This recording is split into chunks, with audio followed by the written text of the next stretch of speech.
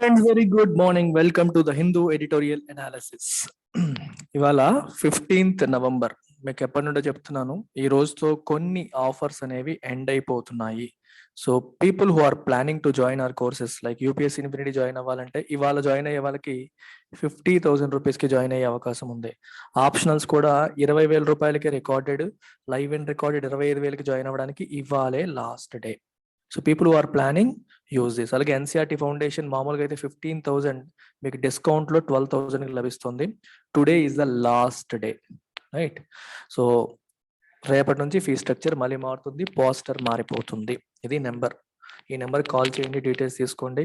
ఇంకా మీకు any subject 5,000 అనే మోడ్లో మనకి అబ్సల్యూట్ బిగినర్స్, ఇంకా ఒక సబ్జెక్ట్తో స్టార్ట్ చేద్దాం అనుకునే వాళ్ళు, లేదా ఒక సబ్జెక్టే ఇబ్బంది ఉంది, ఆ సబ్జెక్ట్ ఎల్టీఎస్ క్లాసెస్లో బాగుంది అనుకునే వాళ్ళు 5,000 రూపాయలకి జాయిన్ అయ్యే మంచి అవకాశం ఈ ఆఫర్ కల్పిస్తుంది. చూడండి ఇక్కడ, ఇది కూడా 15th నవంబర్ వరకే valid. So you can checkout all these optionals, all these courses, not optionals. వీటిలో ఏది కావాలన్నా సరే మీరు ఈ నెంబర్కి కాల్ చేసి 5,000 పే చేసి జాయిన్ అవ్వచ్చు. ఫ్యూచర్లో మీరు యూపీఎస్సీకి అప్గ్రేడ్ అయితే ఈ 5,000 మైనస్ చేసేస్తాం, భయపడక్కర్లేదు. ఫర్ ఎగ్జాంపుల్ ఇప్పుడు మీరు పాలిటీలో జాయిన్ అయ్యారు అనుకోండి, రేపు పొద్దున యూపీఎస్సీకి వస్తే 5,000 మైనస్ చేసి రిమైనింగ్ ఫీ కడితే సరిపోతుంది. ఆప్షనల్స్ మన దగ్గర ఉన్న అన్ని ఆప్షనల్స్ ఇక్కడ మీకు కనిపిస్తాయి. పబాడ్ పిఎస్ఐఆర్ నేను టీచ్ చేస్తున్నాను, anthro sociology Sairam sir teach చేస్తారు, Telugu literature Seethapathi sir teach చేస్తున్నారు. So fee structure is visible here. అలాగే తెలుగు లిటరేచర్ యొక్క బ్యూటీ అండ్ ఈ రోజు నుంచి మనకి కొత్త బ్యాచ్ స్టార్ట్ అవుతుంది. So today we will have the first class. కొత్త బ్యాచ్ ఇవాళ నుంచే స్టార్ట్ అవుతుంది. Evening 5:30 evening 5:30 new batch start అవుతుంది. ఫస్ట్ క్లాస్ ఈరోజు జరుగుతుంది. పీపుల్ హూ ఆర్ ఇంట్రెస్టెడ్ ఇక్కడ కనిపిస్తున్న ఫీ స్ట్రక్చర్ చూసి మీరు జాయిన్ అవ్వచ్చు. And this is your phone number. ఈ నెంబర్కి కాల్ చేయండి. So let's begin today's editorial analysis. Title ఏమో హిస్టరీ లెసన్స్. ఇది చైనాలో జరిగిన ఒక historic resolution. Chinese Communist party ఒక హిస్టారిక్ తీర్మానం చేసింది. ఆ తీర్మానం Xi Jinping who ever is the current president of China, అతని యొక్క పవర్స్ ని ఇంకొంచెం కన్సాలిడేట్ చేసింది. సో దానికి సంబంధించిన ఎడిటోరియల్ ఇది చూద్దాం ఒకసారి. China is preparing for a major long term shift in its politics under Xi. Okay, so Chinese political structure, destiny మారబోతోంది. ఒక లాంగ్ టర్మ్ షిఫ్ట్ కోసం ప్రిపేర్ అవుతోంది అండర్ షీ జిన్పింగ్. చూద్దాం దానికి అదేంటనేది లోపలికి వెళ్తే కానీ మనకు అర్థం కాదు. Following a meeting of its central committee last week, Chinese Communist Party passed what it called a resolution on the major achievements and historical experience of the party over the past century. గత 100 సంవత్సరాలలో ఏమేం సాధించాము, what is the experience of the party అనే విషయం పైన ఒక తీర్మానాన్ని Chinese Communist Party pass చేసింది. నవంబర్ 10th పాస్ చేయడం అనేది జరిగింది. ఆస్టెన్సిబిలీ అబౌట్ ద పాస్ట్ అంటే బయటికి ఎలా కనిపిస్తుంది, గతంలో మనం ఏం చేసాము, హిస్టారికల్ అచీవ్మెంట్స్ ఏంటి, what did the party achieve in the last 100 years అనేటట్టుగా మనకి కనిపిస్తున్నప్పటికీ, ఆస్టెన్సిబుల్ అంటే as seen from outside నుండి మనకు చూస్తే అలా కనిపిస్తుంది. ఇది హిస్టారికల్ రెజల్యూషన్ అంటే ఇంతకు ముందు పార్టీ ఏం చేసింది 100 సంవత్సరాలలో అని చెప్పడం కోసం తీర్మానంలా కనిపిస్తున్నప్పటికీ, it still holds enormous significance for China's future. ఎందుకంటే ఇదే తీర్మానంలో ఫ్యూచర్ కి సంబంధించిన కొన్ని అంశాలు ఉన్నాయి. అందుకనే ఈ తీర్మానం అనేది, although it is about the past, it hold significance for future. ఏంటి ఫ్యూచర్ కి ఇన్ఫ్లుయెన్స్ చేసే ఆ తీర్మానాలు ఏంటి, ఆ ఇష్యూస్ ఏంటి అనేది మనం ఇందులో చదవబోతున్నాం. కంగారు పడకండి, చూడండి. This is only the third such resolution on history passed by the party in it's 100-year history. గత 100 సంవత్సరాల హిస్టరీలో ఇది కేవలం 3వ అలాంటి రెజల్యూషన్. ఇంతకు ముందు కేవలం 2 సార్లు మాత్రమే, అంటే హిస్టారిక్ అచీవ్మెంట్స్ గురించి తీర్మానం చేయడం అనేది ఇది కేవలం third time. The previous two resolutions, మొదటిది మావో జెడాంగ్ హయాంలో 1945లో వచ్చింది, ఇంకోటి డెంగ్ జియోపింగ్ హయాంలో 1981లో వచ్చాయి. So these things marked important inflection points in Chinese politics. Inflection point అంటే ఏంటంటే a point from which it takes a turn. For example ఇలా వెళ్తుంది, ఒక్కసారిగా ఇలా టర్న్ తీసుకుంది అనుకోండి, this becomes your inflection point. Again it takes a turn, this becomes your inflection point where there is a significant turn తీసుకుంటుంది. ఒక తన direction, వెళ్తున్న డైరెక్షన్ లో ఒక సిగ్నిఫికెంట్ మార్పు వచ్చే పాయింట్ ని మనం ఇన్ఫ్లెక్షన్ పాయింట్ అని చెప్పి అంటాం.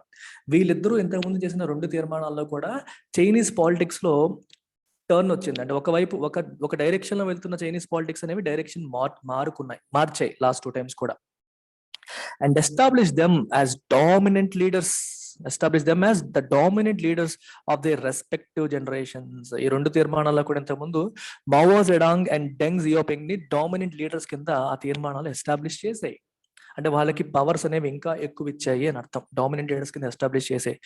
The full text of the latest resolution has not been made public.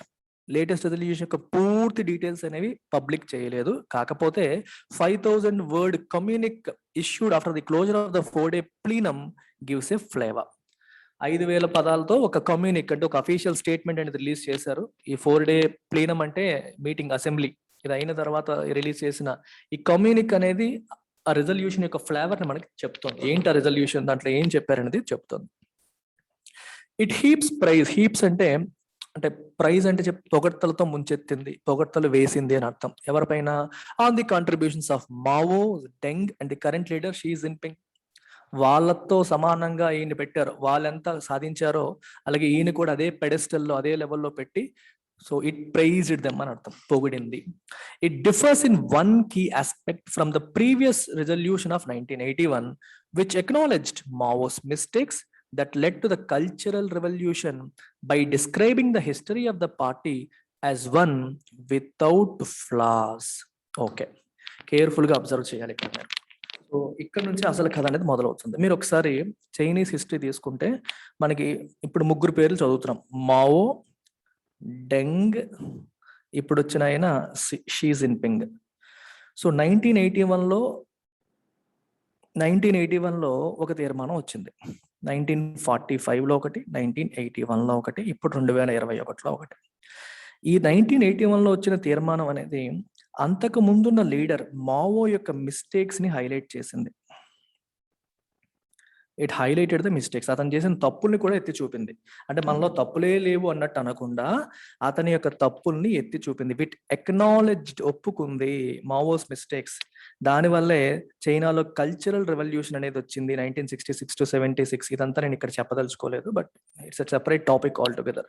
అంటే ఆయన చేసిన కొన్ని తప్పుల వల్ల ఒక రెవల్యూషన్కి, కల్చరల్ రెవల్యూషన్కి అది దారి తీసింది అని చెప్పి 1981లో చేసిన తీర్మానాల్లో చెప్పారు, ఎక్నాలెడ్జ్ చేశారు.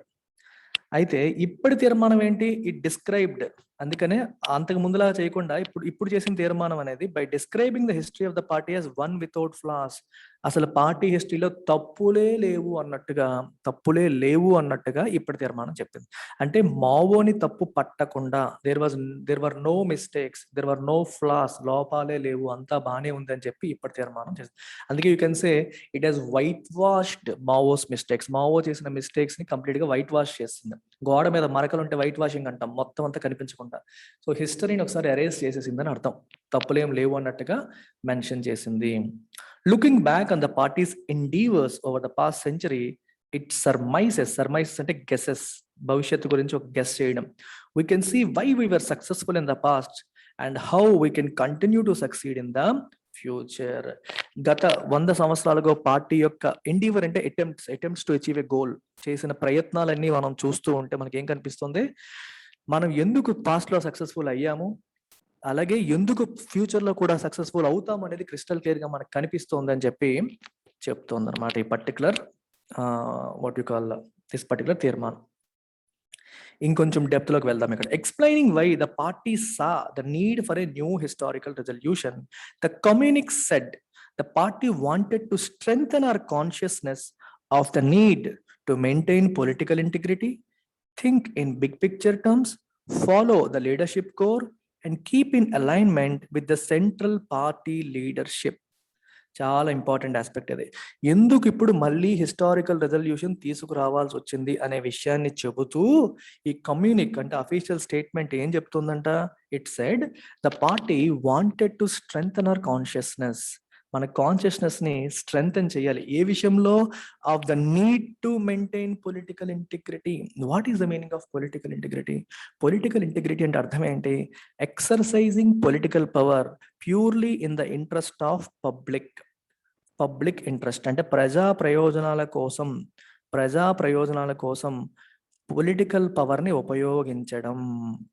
పొలిటికల్ పవర్ని నేషన్ ఇంట్రెస్ట్, పబ్లిక్ ఇంట్రెస్ట్ కోసం ఉపయోగించడాన్ని మనం పొలిటికల్ ఇంటిగ్రిటీ అంటాం. సో పొలిటికల్ ఇంటిగ్రిటీ మెయింటైన్ చేయాల్సిన అవసరం ఎంతైనా ఉంది. అలాగే think in big picture terms చాలా ఇంపార్టెంట్. ఇండియాకి చైనాకి ఒక డిఫరెన్స్ ఏంటమ్మా? ఇండియాలో డెమోక్రసీ ఉంది. ఇండియాలో వచ్చే ప్రెసిడెంట్ లేదా ప్రైమ్ మినిస్టర్ 5 సంవత్సరాల మాత్రమే పదవిలో ఉంటారు. సో తను ఏదన్నా ఆలోచించాలంటే 5 సంవత్సరాల వరకే ఆలోచించగలుగుతాడు. నెక్స్ట్ 20 సంవత్సరాలకి, నెక్స్ట్ 30 సంవత్సరాలకి ఆలోచించి ఒక స్టెప్ తీసుకునే పరిస్థితులు ఇండియాలో ఉండవు. ఎందుకంటే ఎలక్షన్లు వచ్చేస్తాయి, మళ్ళీ ఇతను మారిపోయి ఇంకొకరు రావచ్చు, వాళ్ళు ఇది ఫాలో అవ్వకపోవచ్చు, చాలా ఇష్యూస్ ఉంటాయి ఇండియన్ డెమోక్రసీలో. చైనా డెమోక్రసీ మీరు ఒకసారి తీసుకుంటే the think for the next 20 years, the think for the next 30 years, the think for the next 40 years అలా ఆలోచిస్తారు. బిగ్ పిక్చర్ ఆలోచిస్తారు, బాగా లాంగ్ టర్మ్ ఆలోచిస్తారు. ఈ రోజుకి ఏంటి అవసరం అని కాదు, భవిష్యత్తుకి ఏంటి అవసరం, నెక్స్ట్ 10 years, నెక్స్ట్ 50 years లో చైనా ఎలా ఉండాలనుకుంటుంది, నెక్స్ట్ 50 years లో what kind of role China is going to play in the world.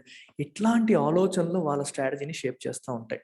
మీకు చైనా వాళ్ళ బ్రిక్ అండ్ రోడ్ ఇనిషియేటివ్ వినుంటారు, BRI. Brick and road initiative అంటే ఏం చేస్తుంది, చైనాలో ఉన్న ఇంపార్టెంట్ మ్యానుఫ్యాక్చరింగ్ హబ్స్ని, ప్రపంచంలో ఉన్న ఇంపార్టెంట్ ట్రేడింగ్ స్టేషన్స్తో, ఇటలీలోను, యూరోప్లోను అన్ని ప్లేసెస్తోని రోడ్డు మరియు రైల్ కనెక్టివిటీ బిల్డ్ చేయడానికి ప్రయత్నం చేస్తుంది. దీనివల్ల ఏమవుతుంది, ట్రేడ్ అనేది ఇంకా ఇంప్రూవ్ అవుతుంది, బిజినెస్ ప్రాస్పెక్ట్స్ అనేవి ఇంకా పెరుగుతాయి. ఇదంతా ఈ రోజు కోసం చేస్తుందా, భవిష్యత్తు కోసం. అంటే అమెరికాని కూడా డామినేట్ చేసి గ్లోబల్ లీడర్ కింద చైనా అవతరించాలనే ఆ ఎయిమ్ కోసం ఈ రోజు నుంచి వాళ్ళు ప్లాన్ చేస్తూ ఉంటారు, వెళ్తూ ఉంటారు. దీన్ని thinking in big picture terms అంటాం. ఇండియాలో జరగదు. ఎప్పుడు కూడా మనం ఈ 5 ఏళ్ళలో ఏం చేయాలి, ఇమీడియట్ ప్రాబ్లమ్స్ ఏంటి, వాటిని రిజాల్వ్ చేయాలనే మోడ్లోనే మనం వెళ్తూ ఉంటాం. సో దట్ ఈజ్, అందుకే చైనాలో ఉన్న ప్రతి ఒక్క వ్యక్తి కూడా అలా ఆలోచించాలి. అలా ఆలోచించడం వల్ల ఏమవుతుంది, థింక్ చేయండి ఒకసారి. ఇప్పుడు షీ జిన్పింగ్ ఉన్నారు, చైనీస్ ప్రెసిడెంట్.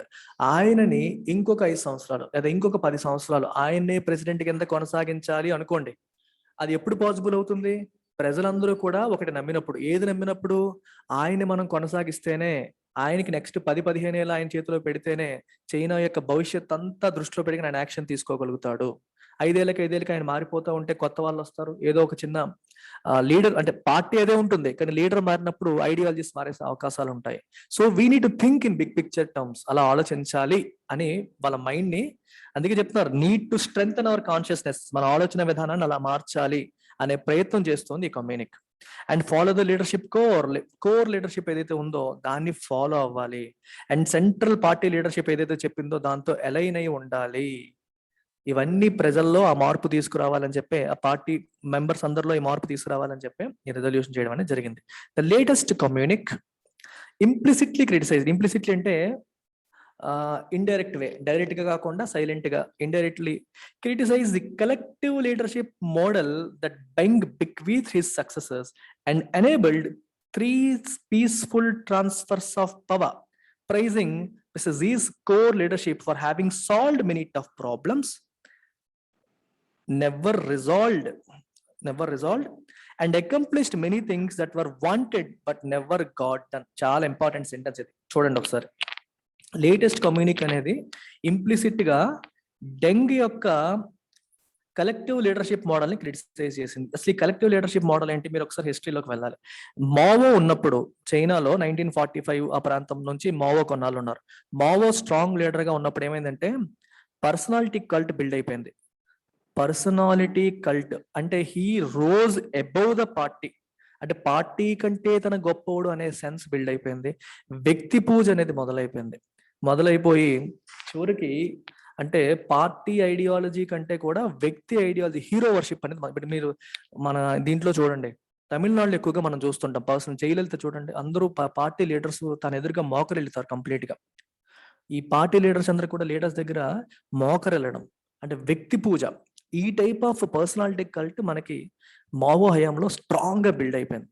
అండ్ తర్వాత ఈ డెంగ్ ఏం చేశారంటే, ఒక వ్యక్తి అంత పవర్ఫుల్ అయిపోవడం కరెక్ట్ కాదు, అది అథారిటేరియన్ టెండెన్సీస్ ని తీసుకొస్తుంది. ఒక వ్యక్తి టూ పవర్ఫుల్ అయిపోతే తను ఏం చేసినా చెల్లుతుంది, అథారిటేరియన్ టెండెన్సీస్ వస్తాయని చెప్పి ఆయన ఏం ప్రపోజ్ చేశారు, కలెక్టివ్ లీడర్షిప్ మోడల్ ప్రపోజ్ చేశారు. అంటే ఏదైనా నిర్ణయం తీసుకోవాలంటే ఒక వ్యక్తి కాదు, అక్కడ పార్టీ యొక్క central secretariat, what ever it is that group అంతా కూడా, కోర్ గ్రూప్ అంతా కలిపి లీడర్షిప్ తీసుకొని నిర్ణయాలు తీసుకోవాలి అని చెప్పి ఆయన మార్చారు. ప్లస్ ఒక వ్యక్తి ఎన్ని టర్మ్స్ ఉండొచ్చు అని చెప్పి లిమిట్స్ పెట్టారు. అంటే ఇష్టం వచ్చినట్టు ఎన్నాళ్ళంటే ఎన్నాళ్ళు కంటిన్యూ అయిపోయేలా కాకుండా it applied limits to number of terms a person can be Chinese president. ఏది కలెక్టివ్ లీడర్షిప్ మోడల్ ఎవరు తీసుకొచ్చింది? డెంగ్. ఎందుకు తీసుకొచ్చారు? ఆయన ముందు మావో కొన్ని తప్పులు చేయబట్టి, ఆయన ఒక్కడే లీడర్గా ఉండి కొన్ని తప్పులు అథారిటేరియన్ టెండెన్సీస్తో కొన్ని తప్పుడు నిర్ణయాలు తీసుకోబట్టి చైనా కొన్నాళ్ళు వెనకబడిపోయింది. అలా ఒక వ్యక్తి చేతిలో అంత వెళ్ళిపోవడం వల్ల ప్రాబ్లమ్స్ వచ్చాయని చెప్పి he came out with collective leadership model. Bequeath అంటే తన తర్వాత తరానికి ఆయన అందించాడు. Give it as a property. ఆయన తర్వాత వచ్చిన వాళ్ళకి ఈ మోడల్ని ఆయన ఇవ్వడం అనేది జరిగింది. ఇప్పటి లేటెస్ట్ కమ్యూనిటీ ఏం చేసిందంటే దీన్ని తప్పు పట్టింది, క్రిటిసైజ్ చేసింది. ఇండైరెక్ట్గా, డైరెక్ట్గా కాదు, దాన్ని క్రిటిసైజ్ చేసి, మీరు పాయింట్ అర్థమవుతుందా మీకు? మావో వన్ మ్యాన్ షో, డెంగ్ పవర్ఫుల్లే కానీ వన్ మ్యాన్ షోకి ఆయన ఆపోజిట్ కలెక్టివ్ లీడర్షిప్ మోడల్ ఆయన ప్రపోజ్ చేశారు. కానీ ఇప్పుడు షీ జిన్పింగ్ మళ్ళీ వన్ మ్యాన్ షోలోకి వెళ్ళే పరిస్థితి కనిపిస్తుంది. అందుకోసమనే ఈయన ప్రపోజ్ చేసిన కలెక్టివ్ లీడర్షిప్ మోడల్ ని క్రిటిసైజ్ చేశారు. ఇప్పటి తీర్మానంలో క్రిటిసైజ్ చేస్తూ enabled 3 peaceful transfers of power, అంటే తన టర్మ్ అయిపోయాక కూడా ఇంకోసారి మళ్ళీ పవర్ ఆయనకే వచ్చేలాగా ఒక ఎనేబులింగ్ ప్రొవిజన్ పెట్టడం అనేది జరిగింది. ఈయన ఆల్రెడీ సెకండ్ టర్మ్ లో ఉన్నారు. సో థర్డ్ టర్మ్ కూడా ఆయన చేసేలాగా వాళ్ళ ఇంటర్నల్ కాన్స్టిట్యూషన్ లో మార్పు తీసుకురావడం అనేది జరిగింది. ఇలా చేస్తూ ఎందుకు చేసింది? ఇదంతా చేస్తూ మిస్టర్ జీ యొక్క లీడర్షిప్ ని పొగుడుతూ చేసింది. కోర్ లీడర్షిప్ ని పొగిడింది. ఎందుకని? For having solved many tough problems, చాలా టఫ్ ప్రాబ్లమ్స్ ఆయన సాల్వ్ చేశారు. ఎటువంటి problems? Which were never resolve, ఇంతకుముందు సాల్వ్ చేయలేకపోయిన చాలా ప్రాబ్లమ్స్ ఆయన సాల్వ్ చేశారు. అండ్ అకంప్లిష్డ్ మెనీ థింగ్స్, చాలా విషయాలు ఆయన అకంప్లిష్ చేశారు. That were wanted but never got. ఇంతకుముందు అనుకున్నాము కానీ చేయలేకపోయాం అనుకున్న చాలా విషయాలను ఆయన సాధించారు. చాలా ప్రాబ్లమ్స్ ని కూడా సాల్వ్ చేశారు. అందుకని అలాంటి వ్యక్తి నాయకత్వంలో మనం ముందుకు వెళ్ళాలని చెప్పి ఇంకొక టర్మ్ ఆయనకి పవర్ ట్రాన్స్ఫర్ అయ్యే ప్రావిజన్ కూడా పెట్టింది. It also called for resolutely upholding Xi Jinping's core position on the central committee and in the party. Core central కమిటీలోను పార్టీలోను ఆయన యొక్క కోర్ పొజిషన్ ని అప్హోల్డ్ అంటే సపోర్ట్ చేయడం. రెజల్యూట్లీ అంటే with determined manner, purposeful manner మనం అందరం కూడా ఆయన యొక్క పొజిషన్ సపోర్ట్ చేయాలి. And upholding the central committee's authority, central committee అథారిటీని కూడా మనం సపోర్ట్ చేయాలి. To ensure that party members act in unison. In unison అంటే టుగెదర్, అందరూ కలిసి ఒకే మాట మీద ఉండేలాగా చెయ్యాలి అని చెప్పి ఇట్ కాల్డ్ ఫర్ అంటే పిలుపునిచ్చింది. అందరూ అలా ఉండాలి అని చెప్పి చెప్తోంది. Everybody should support him, should support central leadership అని చెప్పి చెప్తోంది. The significance of 1945 and 1981 resolutions lay not in their reflections on the past, but in how they would change the exercise of power, bringing dramatic consequences for China's future. 1945లో Mao హయాంలో వచ్చిన తీర్మానం తీసుకోండి, 81లో డెంగ్ హయాంలో వచ్చిన తీర్మానం తీసుకోండి. వాటి యొక్క సిగ్నిఫికెన్స్ అంటే సిగ్నిఫికెన్స్ ఎక్కడుంది? పాస్ట్ విషయంలో రిఫ్లెక్షన్, అంటే ఇంతకు ముందు ఏం జరిగిందని చెప్పింది కాదు సిగ్నిఫికెన్స్.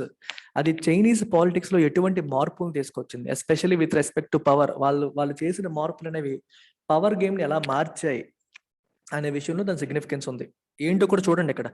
ఫస్ట్ అంటే మావో హయాంలో తీసుకొచ్చిన తీర్మానం established మావోస్ ideology as the parties guiding ideology. మీకు ఇందాకే చెప్పాను, చైనీస్ కమ్యూనిస్ట్ పార్టీ, మావో పార్టీకి ఒక ఐడియాలజీ ఉంది.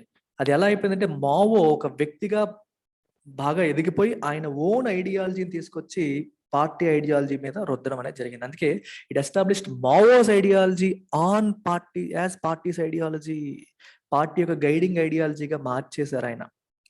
By doing so it made it heresy to question Mao and paved the way for the creation of his disastrous personality cult. Heresy అంటే అర్థం ఏంటి? ఆయన్ని క్వశ్చన్ చేయడం తప్పు. It is not an established practice to question him అన్నట్టుగా మార్చేసింది. అంటే ఆయన ప్రశ్నించకూడదు, ఆయన చెప్పిందే కరెక్ట్, ఆయన ఏం చేస్తే అది కరెక్ట్, ఆయన క్వశ్చనించకూడదు, క్వశ్చన్ చేయడం తప్పు అనే పరిస్థితిని తీసుకొచ్చేసి డిజాస్టర్స్ పర్సనాలిటీ కల్ట్ కి దారి తీసింది. నేను ఇందాక చెప్పాను మీకు, పర్సనాలిటీ కల్ట్ అంటే ఒక వ్యక్తి హీరోయిక్ వర్షిప్, వ్యక్తి పూజ అనేది మొదలైపోయింది. వ్యక్తి పూజ మొదలైనప్పుడు మంచి చెడు ఆలోచించాం, వాళ్ళు ఏం చెప్తే అదే కరెక్ట్, వాళ్ళు ఏం చెప్తే అది గుడ్డిగా ఫాలో అవ్వాల్సిన పరిస్థితులనే వస్తాయి. ఎవరు క్వశ్చన్ చేయడానికి కూడా భయపడే పరిస్థితులనే వస్తాయి. అది మంచి చేయదు. దీన్నే 1981లో ఏం జరిగింది? మళ్ళీ డెంగ్ ఏం చేశారు? He established his dominance. తన డామినెన్స్ ఎస్టాబ్లిష్ చేశారు. కాకపోతే he used his power to bring an end to rule by ideology. ఒక ఐడియాలజీని ఫాలో అయిపోయి రూల్ చేయడం అనే దాన్ని ఎండ్ చేశారు. అంటే మావోస్ ఐడియాలజీ ఫాలో అయిపోయి మనం వెళ్ళిపోవాలి అనే దాన్ని ఎండ్ చేసి instead turning the parties attention to development and bringing China to it's era of reform and opening up. India 1990s లో చేసింది, 1980s లో చైనా చేసింది, మనకంటే ఒక 10 ఏళ్ల ముందు చేసింది. సో డెవలప్మెంట్ అనేది ఇంపార్టెంట్. చైనా కూడా రిఫార్మ్స్, ఎరా ఆఫ్ రిఫార్మ్స్ అవసరం, మనకు అవసరం, రిఫార్మ్ ఎరాని తీసుకొచ్చింది. అండ్ చైనా ఓపెన్ అప్ అవ్వాలి. ఓపెన్ అప్ అవ్వడం అంటే వివిధ దేశాలతో చైనా ఎక్స్పోర్ట్స్ ఇంపోర్ట్స్ చేయాలి, వేరే వాళ్ళు ఇక్కడ ఇండస్ట్రీస్ పెట్టుకునే అవకాశం ఇవ్వాలి. ఇలాంటివన్నీ కూడా వాటిపైన ఎక్కువగా ఫోకస్ చేశారు 1981లో. అంటే మనకి 1991 ఎకనామిక్ రిఫార్మ్స్ వస్తే చైనాకి ఇంకా ముందే వచ్చాయని చెప్పొచ్చు. సో 1981 తీర్మానం అనేది ఆ రకంగా ప్లస్ అయింది. 45ది పర్సనాలిటీ కల్ట్ బిల్డ్ చేసింది. ఇప్పుడు 40 ఏళ్ల తర్వాత China's current leader looks to right his place in parties history. ఈయన కూడా పార్టీస్ హిస్టరీలో తన పేరు నిలబడాలని ప్రయత్నం చేస్తున్నారు. ఇందులో ఏం చేశారంటే the past might be held in reference. అంటే గతం ఏదైతే ఉందో దాన్ని మనం తిట్టం, దాన్ని గౌరవిస్తాం. రివరెన్స్ అంటే గౌరవించడం, మర్యాదతో చూడడం. కానీ it will not be allowed to dictate the contours of the future. Past మనం గౌరవిస్తాం, కానీ పాస్ట్ మనం గౌరవిస్తున్నాం కదా అని చెప్పి it will not be allowed to dictate the contours of the future. Future యొక్క బౌండరీస్, కాంటూర్స్ అంటే బౌండరీస్. మీరు ఒకసారి చూడండి, గతంలో మనం ఎలా చేసాం, గతంలో ఎలా చేసాం, సో ఫ్యూచర్ లో కూడా అలాగే చెయ్యాలి అనడానికి లేదు. గతంలో చేసింది మంచిదే, ఓకే, మనం గౌరవిద్దాం. అయితే ఇది ఫ్యూచర్ లో మనం ఏం చేయాలనే దానికి బౌండరీ పెట్టకూడదు. మారుతున్న పరిస్థితులు తగ్గట్టుగా మనం మన పొలిటికల్ ఐడియాలజీ మారొచ్చు, ఎకనామిక్ ఐడియాలజీ మారొచ్చు. సో పాస్ట్ అనేది ఫ్యూచర్ కి ఒక బౌండరీ కాకూడదు అని చెప్పి రాశారు. అదే రాశారు, will not be allowed to dictate the contours of the future అంటే మీనింగ్ అదే. And the country prepares to take yet another political turn. ఇంకో పొలిటికల్ టర్న్ తీసుకుని ఈ క్రమంలో past will be respected but it will not be allowed to dictate the future. Future యొక్క actions ని past dictate చేయకుండా ఉండేలాగా తీర్మానంలో mention చేయడం జరిగింది. So this is all about this particular editorial. Take care, by.